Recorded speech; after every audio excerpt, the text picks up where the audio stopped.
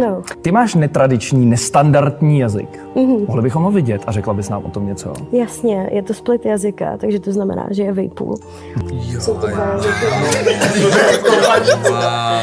Lišáku, nech si olíznout tvář. Jsou to dva jazyky. Ale v podstatě- Rozpolíš je. My jsme Rozpolíš dva. 1 na 2. To musí být docela těžký se to naučit ovládat potom, ne? Je to těžký. A dokážeš takhle jako vysunout ten jazyk a tak ho rozpůlit na půl. Dokážeš vysunout jenom jeden jazyk? Okay.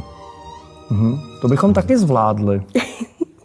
Jako, Jeden jo, no. zvládneš olíznout nás oba dva najednou? To je dobrá otázka. To jsem Že bys ještě bychom nechal měli to vyzkoušet. a roztáhla ten jazyk a my To by bychom byli takový možná, každý kdybyste byli jako vedle sebe, tak Aha. jo.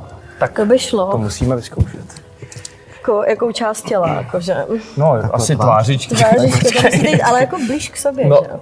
Jakože úplně se jako tak přiteplit, víš, to musíš takhle. Počkej, a tak olízneš na... Takhle. Neolízla? Ještě jednou, jestli můžu poprosit. Naposled, jo? A máte to tam.